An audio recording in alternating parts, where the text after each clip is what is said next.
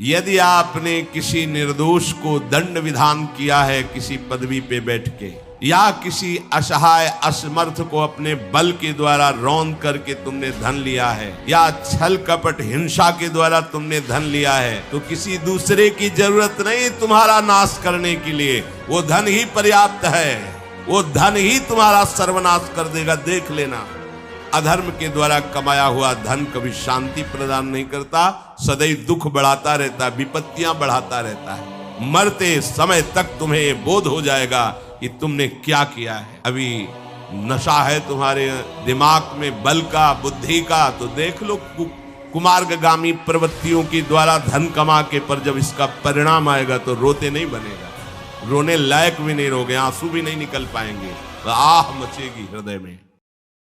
ध्यान रखना,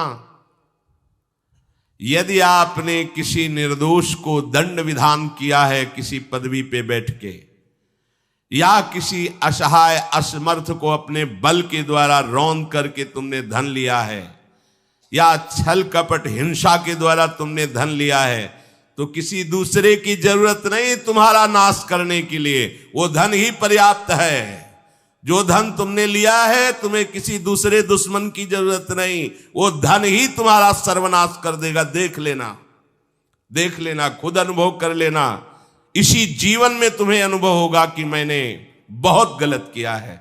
मरते समय तक तुम्हें बोध हो जाएगा कि तुमने क्या किया है।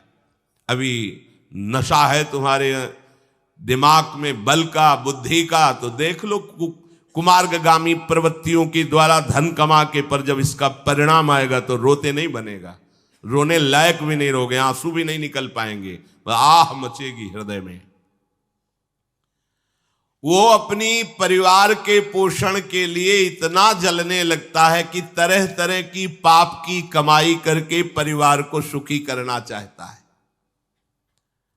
हे माता जी, वो धन वस्तुएं कमा के लाता है और उल्टा स्त्रियों के द्वारा संभोग आदि के समय प्रदर्शित किए हुए माया में कपटपूर्ण प्रेम को वो अपना जीवन समझ लेता है। बालकों की मीठी मीठी तोतली बानी में वो इतना फंस जाता है कि दुख प्रधान कपटपूर्ण कर्म करके उनकी कामनाओं को पूर्ण करना चाहता है। दूसरे बेटे का अपहरण करके उसकी हत्या भले हो जाए, पर मेरा बेटा सुखी रहे। कैसे ऐसा हो सकता है? ऐसा कैसे हो सकता है? अगर किसी को तुमने 100 आंसू गिराए हैं तो 10,000 आंसू तुम तैयार रखो, तुम्हारे 10,000 आंसू गिरेंगे। तुमने किसी को अगर एक बार भी कटुवचन बोला है तो 10 बार तुम्हें कटुवचन सहना पड़ेगा।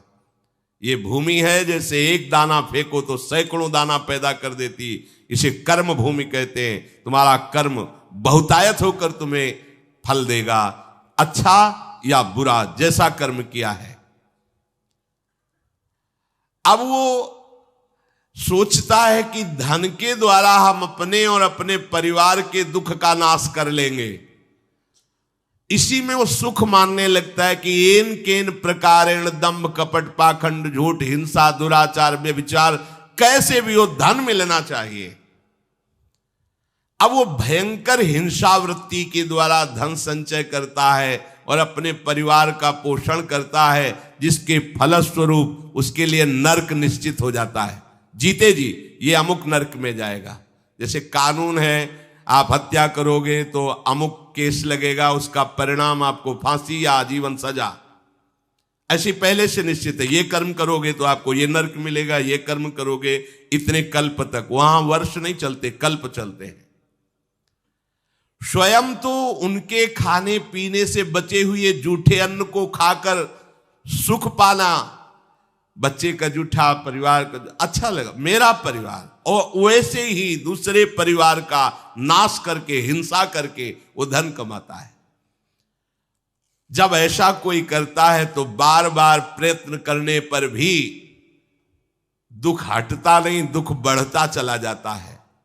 लोभवश वो इतना अधीर हो जाता है कि उसे जीवन भार लगने लगा। अब क्या करूं, कैसे करूं? क्योंकि अधर्म के द्वारा कमाया हुआ धन कभी शांति प्रदान नहीं करता, सदैव दुख बढ़ाता रहता है, विपत्तियां बढ़ाता रहता है।